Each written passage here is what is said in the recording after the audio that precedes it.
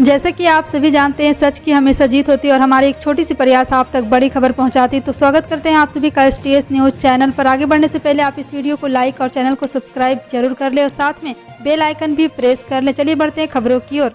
और आप किस राज्य शहर से न्यूज़ को देख रहे हैं, कमेंट में जरूर लिखिए।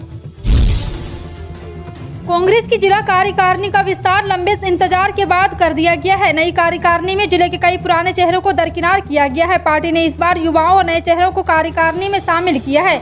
वहीं लंबे समय से पार्टी के लिए संघर्ष करने वाले नेताओं को नई कार्यकारिणी में स्थान न मिलने से मायूस नजर आए। नई कार्यकारिणी की घोषणा पूर्व मंत्री और भिंड जिले के प्रभारी बालेंदु शुक्ला की मौजूदगी में कांग्रेस जिला अध्यक्ष मानसी कुशवाहा ने की। कार्यकारिणी की घोषणा के दौरान पूर्व विधायक हेमंत कटारे भी मौजूद रहे। जिला अध्यक्ष मानसी कुशवाहा की नई पारी में जिला उपाध्यक्ष की जिम्मेदारी मनोज दैपुरिया, विरजिदेन कल्लू को और यहां पे नवारिया को सौंपी गई है। वहीं कोषाध्यक्ष की भी जिम्मेदारी सौंपी गई। इस तरह से कई नए चेहरों को इसमें शामिल किया गया है। झारखंड के राज्यपाल रमेश बैस ने राज्य में त्रिस्तरीय पंचायत चुनाव कराने को लेकर अपनी स्वीकृति दे दी है। झारखंड में ग्राम पंचायत सदस्य, मुखिया, पंचायत समिति सदस्य एवं जिला परिषद सदस्य के चुनाव को लेकर 4 चरणों में वोटिंग होगी। 14 मई, 19 मई, 24 मई एवं 27 मई को पंचायत चुनाव होंगे। इसके साथ ही राज्य निर्वाचन आयुक्त डॉक्टर DK तिवारी ने शनिवार शाम को पंचायत चुनाव की औपचारिक घोषणा कर दी है। राज्य में आदर्श आचार संहिता लागू हो गई है। आपको बता दें कि पंचायत चुनाव बैलेट पेपर पर होंगे। पेट्रोल का दाम पिछले कुछ महीनों से बढ़ते बढ़ते अब 117 रुपये 22 पैसे तक पहुंच गया है। वहीं डीजल का मूल्य भी शतक लगा चुका है। वहीं प्रीमियम पेट्रोल का मूल्य 121 रुपया 23 पैसे प्रति लीटर तक पहुंच गया है। वैसे पेट्रोल के पीछे चलकर डीजल का दाम 101 रुपये तक आ गया है। आलम यह है कि व्यवसायी समेत हर तबके के लोग अपनी सिमटी आमदनी के बीच पेट्रोल और डीजल की महंगाई का अतिरिक्त आर्थिक दबाव झेल रहे हैं। निजी गाड़ी मालिक तो परेशान है ही, सार्वजनिक क्षेत्र के वाहन मालिकों की स्थिति और भी खराब हो गई है। पेट्रोल पंप मालिकों के मुताबिक तेल की कीमतों में बढ़ोतरी के कारण व्यवसायों को 18 से 20% तक नुकसान हो रहा है और बसों से सफर करना महंगा साबित होने लगा है। निजी बस सहित स्कूल के वैन का किराया भी बढ़ गया है। रूस और यूक्रेन के बीच युद्ध जारी है। रूस लगातार यूक्रेन के अलग अलग शहरों पर मिसाइल हमले कर रहे हैं। यूक्रेन में चारों तरफ तबाही का मंजर है। इस बीच रूस की मिसाइल के यूक्रेन भीड़भाड़ वाले रेलवे स्टेशन पर टकराने से वहां एकत्र हजारों लोगों में से 5 बच्चों समेत कम से कम 50 लोगों की मौत हो गई और कई अन्य घायल हो गए। यूक्रेन के अधिकारियों ने बताया कि हमले के समय स्टेशन अधिकतर महिलाएं और बच्चों से भरा हुआ था, जो कि रूस के हमले से बचने के लिए उस क्षेत्र से भागने का प्रयास कर रहे थे। यूक्रेन के अभियोजक जनरल के कार्यालय ने बताया कि क्रामाटोर्स्क रेलवे स्टेशन के फोटो में हमले में मारे गए लोगों के शव को जमीन पर एक रॉकेट के अवशेष के साथ तिरपाल से ढका हुआ दिखाया गया है। बिहार विधान परिषद के स्थानीय प्राधिकार कोटे की 24 सीटों पर हुए चुनाव नतीजे आने के बाद मुख्यमंत्री नीतीश कुमार ने शनिवार को कहा कि चुनाव परिणाम में मैं खुद आश्चर्यचकित हूं। उन्होंने तो यहां तक कह दिया कि कई प्रत्याशी जो जीत का दावा कर रहे थे, वहां भी परिणाम उल्टा गया है। और पटना में आयोजित एक कार्यक्रम में भाग लेने आए नीतीश ने पत्रकारों से चर्चा करते हुए बौचहा विधानसभा उपचुनाव में NDA की जीत का दावा किया। उन्होंने कहा है कि 10 अप्रैल को चुनाव प्रचार करने बौचहा जाएंगे। उन्होंने कहा कि बौचहा में NDA की जीत होगी। मुख्यमंत्री ने कहा कि पिछली बार हमारा राजद के साथ गठबंधन था और भाजपा को ज्यादा सीट पर जीत मिली थी। इस चुनाव का रूप अलग होता है।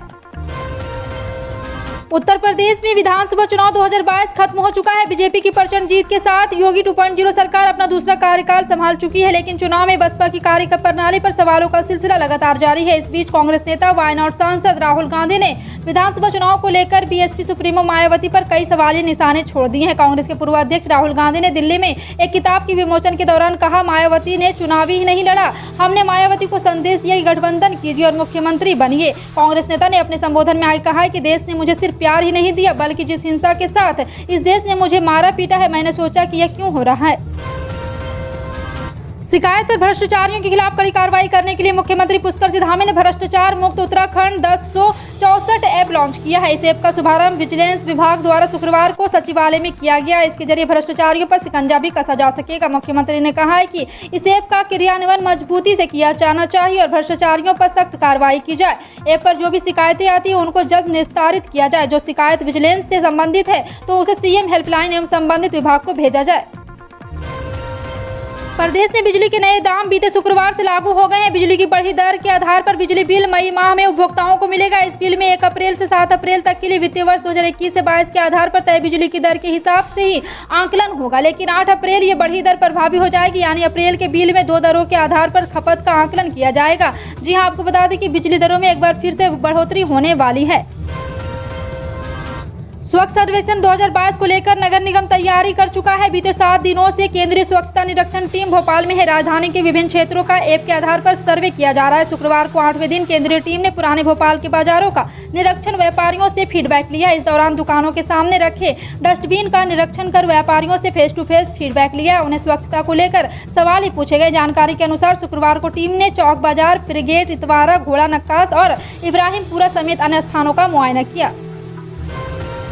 कांग्रेस नेता राहुल गांधी ने बीजेपी और आरएसएस पर जोरदार हमला बोला है। उन्होंने कहा है कि अब देश के सभी इंस्टीट्यूशन आरएसएस के पास चले गए हैं। राहुल ने कहा है कि संविधान के रूप में बी.आर. अम्बेडकर ने जो हथियार दिया था आज उसका कोई मतलब नहीं। राहुल गांधी ने कहा है कि आप कहते हैं कॉन्स्टिट्यूशन की रक्षा करनी चाहिए, मैं कहता हूं कि कॉन्स्टिट्यूशन की रक्षा करनी है मगर एस्मिलेट किया जाए और यहाँ पे सारे इंस्टीट्यूट आरएसएस के हाथ में है।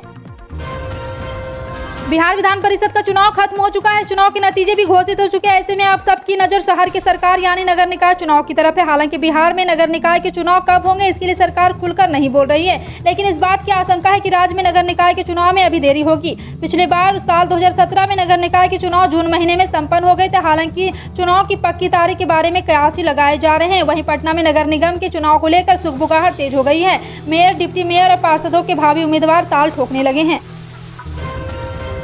प्रदेश में कोरोना संक्रमण का असर कम होने के चलते सरकार ने संविदा पर लगे कर्मियों को हटा दिया है। इसी कड़ी में 1 अप्रैल से कोविड स्वास्थ्य सहायकों के पद को समाप्त कर दिया है और इसके चलते प्रदेश में लगे 28,000 लोग बेरोजगार हो गए हैं। इसी को लेकर 9वें दिन भी बड़ी संख्या में भीषण गर्मी में अपना विरोध दर्ज करवा रहे हैं। प्रदेश भर के कोविड स्वास्थ्य सहायक राजधानी जयपुर के शहीद स्मारक पर धरना दिए बैठे हैं। कोविड स्वास्थ्य सहायकों के समर्थन के लिए विपक्षी दलों के कई नेता पहुंच रहे हैं। कोविड स्वास्थ्य सहायक पद से हटाए गए कर्मचारियों ने बताया कि कहा है कि जिस तरह सभी कोविड सहायकों ने सरकार का कोविड के समय साथ दिया, उसी तरह से सरकार को भी हमारा साथ देना चाहिए।